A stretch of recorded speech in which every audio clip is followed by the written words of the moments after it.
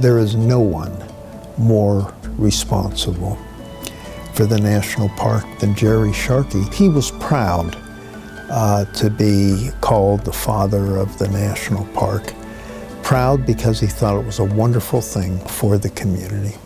He always had a deep interest in history, and he felt very strongly that he wanted to preserve the history of the Wright brothers in Dayton. Jerry, more than any other person, mobilized community support, convinced the congressman that this is something the community wanted. He single-handedly reached out to the National Park Service. So he got them coming to Dayton, looking at the historic structures associated with the Wrights in Dunbar. He went before the city and the county commission, extolling the virtues of the idea. He met skeptics every inch of the way, but his enthusiasm won people over.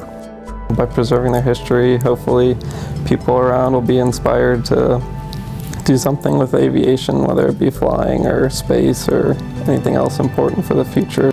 Without Jerry, truly, much of the Wright-Dunbar neighborhood, the commercial corridor on 3rd Street, and the residential area that has been restored would have been leveled, and there would have been nothing at all there. Dad believed that by investing money, bringing people and tourists in there, that it could help an area and a community that was in need of a helping hand. So he was motivated both by the history and the economic benefits of his work that he thought would go to the people in the area.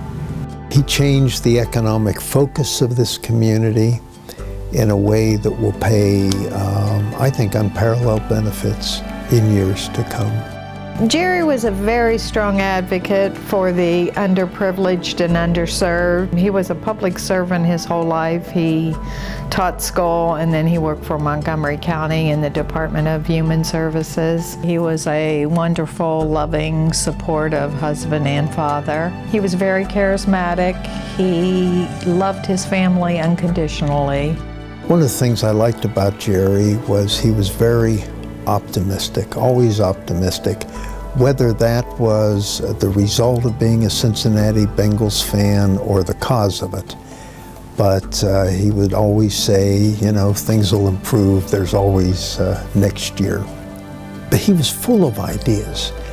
He was not a one-trick pony, and always ideas to help the community. He's truly one of those people that left the community better than when he found it. We shouldn't have to wait around for government or people with fancy titles or large sums of money and influence to get things done. It can be done by someone with a vision, the willingness to work, a person who is tireless in executing that vision. I think that's his enduring legacy. I really do.